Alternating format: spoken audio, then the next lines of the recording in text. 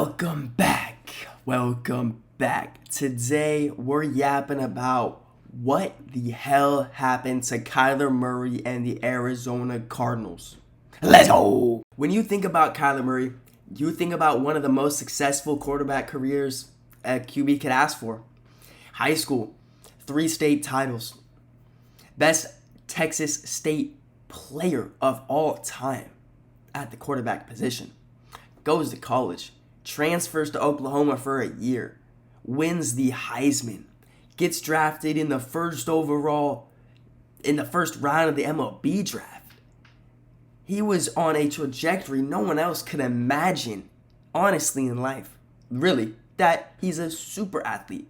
What has happened since he stepped foot into the NFL and the Arizona Cardinals franchise? We're going to be honest, a lot of people would say Kyler Murray is a generational talent coming out of college. But we all knew he had one blatant issue, was his size. And when I tell you his size has affected him in this league, it has totally affected him in this league. He is under 5'10", going against players that are 6'2", 250 on the line every game. Could you imagine getting hit 10 plus times a game from people 80 pounds your size? That's what it is for Kyler Murray.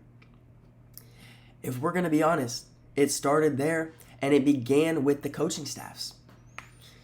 This year, the coaching staff is not built for his style whatsoever. They're throwing the ball 50 times a game with Jacoby Brissett. Obviously, the game plan may have changed. But come on, dude. Kyler was throwing the ball 40 times a game when he was in there, dropping back under center every play.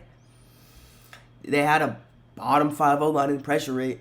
He was getting pressured all the time, especially when you don't help him out by getting out of the pocket. When I watched the games, they treated him like he was prime Joe Burrow, dropping straight back, dropping straight back, dropping straight back. Where's the plays to get him out in space? Where's the plays to let him show off his legs? Where's the plays to make a defensive player make a decision and then hit one over their head? Like, there has not been the plays with Cliff. It's like you see on the Commanders. You see him put Jaden Daniels in these places to succeed. Get him out of the pocket. Let him run. Yes, they get hurt. They're runners. But that's the point. The offense is not made for him. It's like he was made to be the scapegoat before this year because Gannon knew he was cooked either way. He better still get fired. But man, it's also, we got to blame Kyler too. Kyler Murray hasn't grown. Has he grown as a leader? I highly doubt it. I don't know man to man, but he doesn't look like a leader out there. He has causes in his contract that make him watch film. To me, that's just a dedication to the game. And if any team wants him in the future, you're going to have to baby him, is what it looks like. Who wants to baby their franchise quarterback who's supposed to be a leader of men?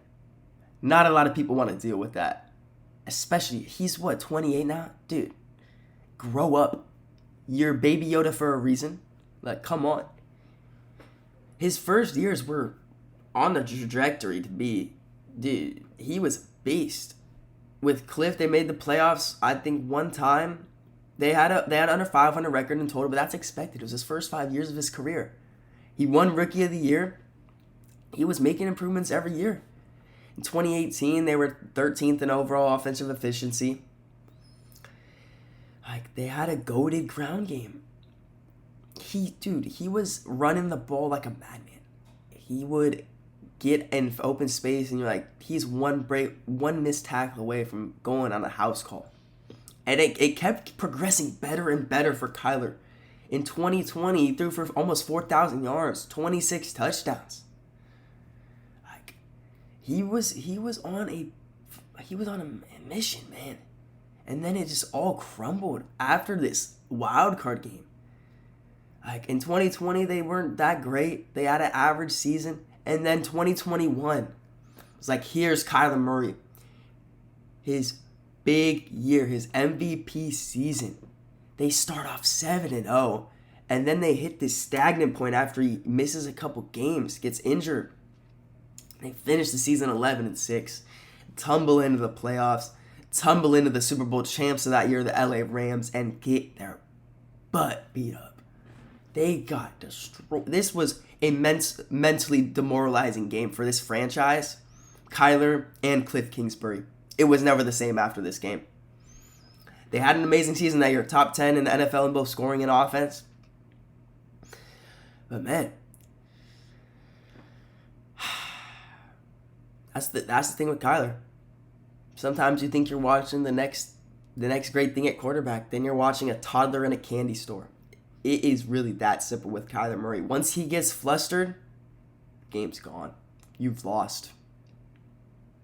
And another issue for him is his tendency to fade away while throwing the ball off one foot. It's fine if you're 6'4", giant like Jordan Love, who makes it on the money every time. But when you're Kyler Murray, when you put the ball in harmful, turnover-worthy plays by making those throws, and you're not extremely accurate, it's just a recipe for disaster. But the Cardinals, I don't know where they go from here. You're going to lose money. They're probably going to cut him. But if I were the Cardinals, you have to get rid of Gannon and Kyler Murray this window. If you don't, you have an issue with the head coach and the GM. Because what if they shown you with Jacoby Brissett? Oh, if we get a pocket passer, guys, we're going to throw 50 times a game. If we get Mendoza or if we get Ty Simpson. Bro, what? Who wins a football game throwing the ball 50 times a game? Nobody. No one anymore. It doesn't happen.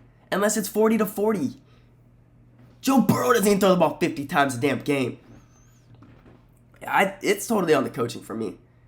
But Kyler's also, like I said, he's not healthy.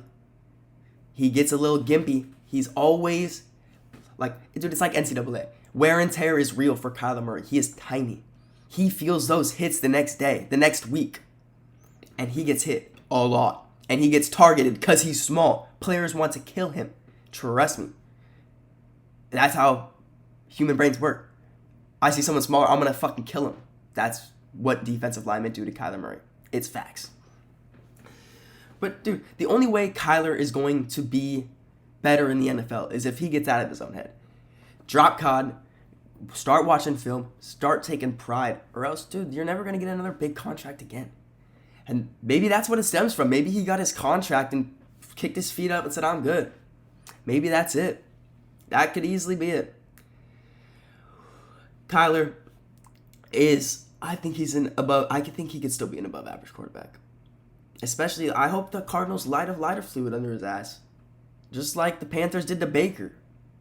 I hope, dude, quarterbacks just need to change the scenery sometimes. They need a second spot. Maybe Kyler could be that guy. But will he ever win you a Super Bowl? I highly doubt it. I would be so surprised. But could I see him come back 3,500 yards, 30 touchdowns total, under 10, 15 picks? Dude, I could easily see that happening next year. He's done it. I just want to see Kyler with a coaching staff that fully embraces him. But it's also, he needs to fully embrace the sport. You cannot not watch film as an NFL quarterback. You have to be 100% committed to be an NFL quarterback.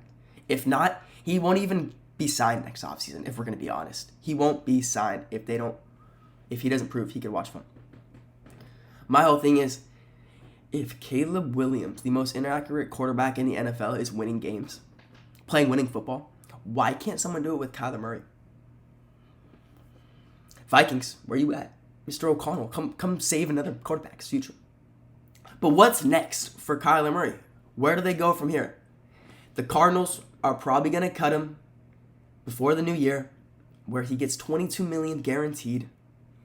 He's 28, so I do expect him to get a starting opportunity next year for sure. He's a former MVP candidate. He's going to get a chance somewhere. The 5 most likely landing spots for the midget Murray next year have to be the Jets. The Jets don't have a quarterback. They're going to get out of Justin Fields' contract this upcoming year. If they don't pick one in the draft, target Kyler. And if Kyler, I highly doubt he'll be traded. It's not really like the NBA where you could toss a couple picks, make someone eat your salary, eat your contract. It's more just they take the dump, they take the dead cap, and he's a free agent. The Jets could easily sign him if they don't pick a quarterback in the draft. The Raiders, what is their decision with Geno? Would he be an upgrade? I think Kyler, I don't think he's really that much of an upgrade except for his legs, honestly. The Vikings definitely need a quarterback. J.J. McCarthy still needs time, but he's definitely not it. I'd say the Vikings are definitely his number one option. That where I would go if I was a quarterback who lost my love for football. The Steelers, Mike Tomlin would definitely get on his butt. Would definitely have him right next to him as a little child his whole tenure in Pittsburgh. That would be a great spot. Obviously, the Browns always need a quarterback. I doubt Dylan Gabriel Shadur's the answer. Shadur's definitely not the answer. They may draft a quarterback, but if not, I could see Kyler going there with Deshaun. But Kyler, he's the hardest quarterback to talk about because you look at his EPA this year or you look at his advanced stats, you're like, okay, we could have something here. And then it always comes down to the mental. Does he want to do it? Does he want to play quarterback? Does he want to be good? Does he want to be great? I don't know, and I don't think he does. And if that's what you're going to get from your quarterback, you're never going to win. That's why Kyler Murray is the hardest, most confusing quarterback we've seen in the past couple years. What do you guys think about this whole Kyler Murray debacle? Will he go on the Sam Darnold, Baker Mayfield-esque career path? Or will he falter into a journeyman? I don't know. Kyler Murray has some thinking to do. The Cardinals got some thinking to do. And I'll catch y'all boys tomorrow.